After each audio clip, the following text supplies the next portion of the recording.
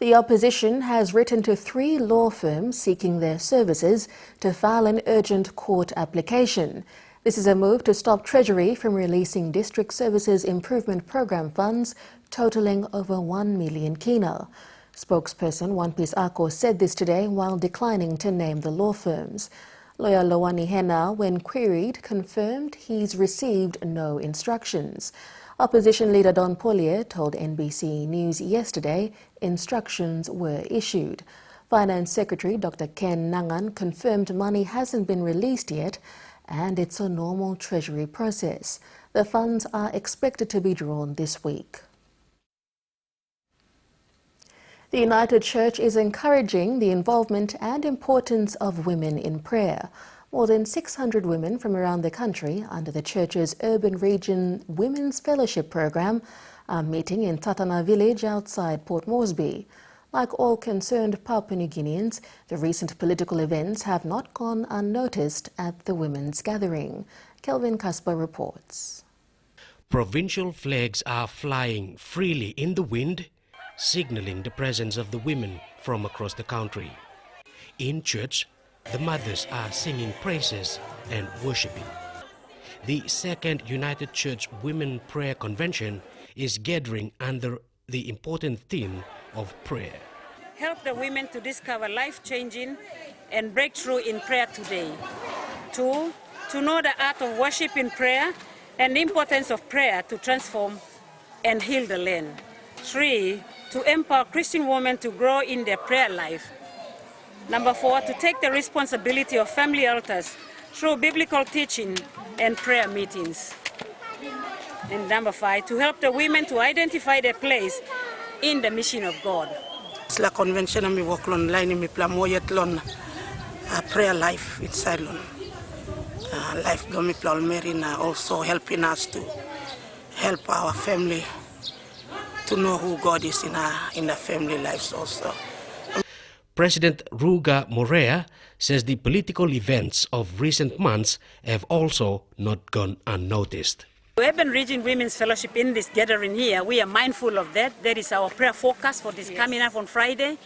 And our evangelism women are planning to send the women around to surround the parliamentarian any time of this week in preparation for Friday event to take place.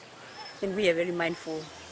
Monday mi play having prayer time lo mi plan di lo mi play burki golon land cleansing na mi play sample go inside on Parliament House na mi play believe wasem wanam karay lo mi play papa go dem na abrusim na mi play believe wasem prayer lo mi play na karay lo mi play long country lo ni mi Papua New Guinea God papa am yete this la problem lo mi inside lo ni am yete me ensablo this la problem.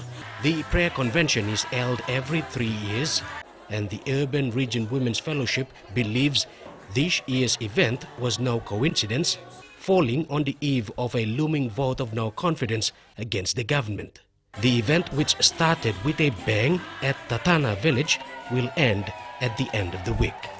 Kelvin Casper, NBC National News, Port Moresby.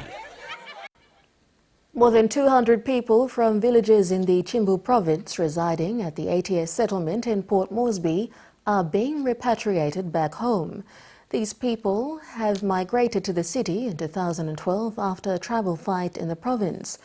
Owner of Corey Security Company, Michael Corey, is assisting in the repatriation of the Chimbu community.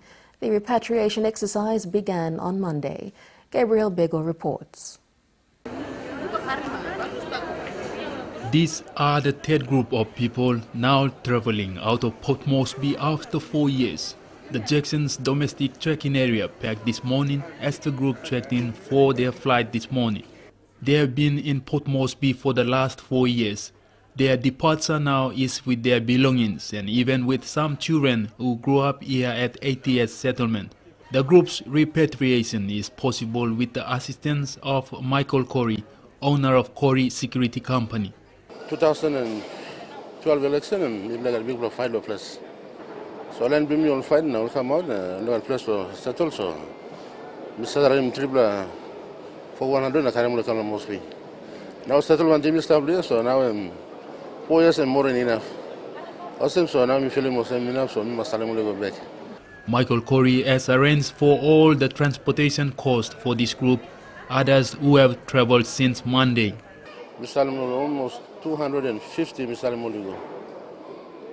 So I got 2 flights to go finish, and 4 flights to go finish, so now I got another 3 flights to Salimoligo. So Mr. long again, over a big place, and Mr. 40 flights and cruise up the place, me had him so. Or a land big place. I got big plan maslo my Corey because I got confident trust lo display young leader. They say tribal fighters displaced them, but they are happy to return home. Na lo kundiawa em olgata karlo place kam stop lo happiness na lo dislab em olgata mande em by mipla lo dislab I olgata lo dawaroke. Corey has taken the initiative to return home his people at this time. The city authorities are beginning to clamp down on illegal settlements as infrastructure and economic developments begin to take shape in the city. Gabriel Bego, NBC National News, Port Moresby. The University of Goroka's Academic Senate has announced the revised 2016 academic calendar. It comes after a meeting held on the 18th of this month. It's an attempt by the institution to make up for the loss of 8 weeks of learning and teaching. The Senate has agreed that the reconciliation will now take place on the 29th at the Goroka National Park. All the assessments for the first semester, including accessible tasks, micro-teaching and the final examinations are deferred.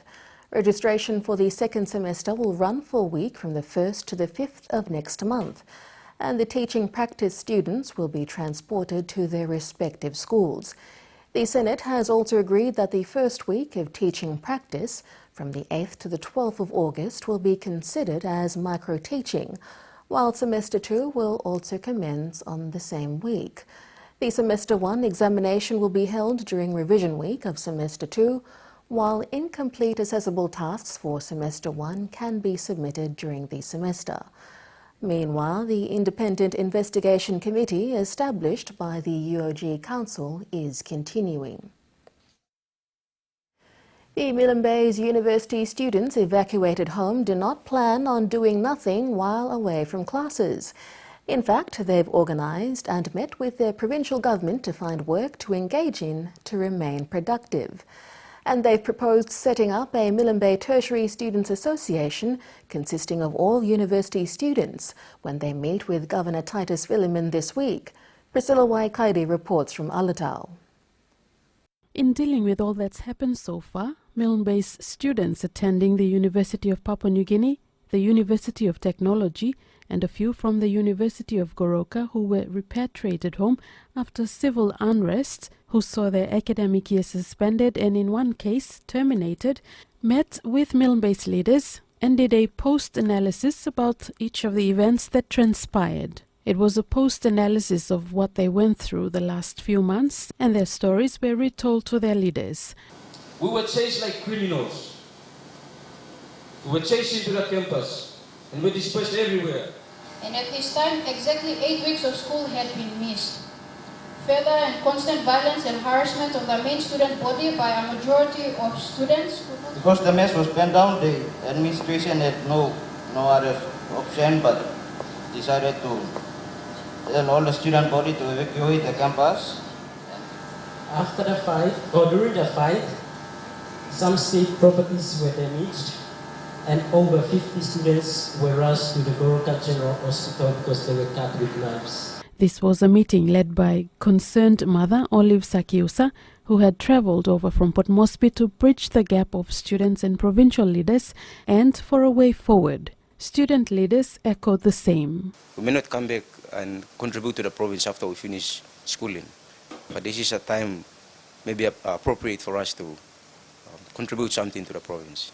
In accepting their concerns, especially from those attending UPNG, Milne Bay Governor Titus Philemon, accompanied by Deputy Governor Wilfred Giarua, committed to support them as best they can as the rest of the year plays out. The Milne Bay administration also agreed. We stand ready to help you all, students, in whatever you will come up with today as a way forward. for how you can be involved in the province. You see you have issues. Most of you are on social media, and you would see a lot of issues that are happening with the government. But we want you to think positive. We want you to have this mindset change. I've heard you've been traumatized, and we want you to work with us. If you're willing to, we would need your consent. And then there are little projects that we might have within the administration that we can engage you on. 18 UPNG students, 22 Unitec students and about 12 UOG students were repatriated home when protests turned violent in their schools, putting at risk their lives.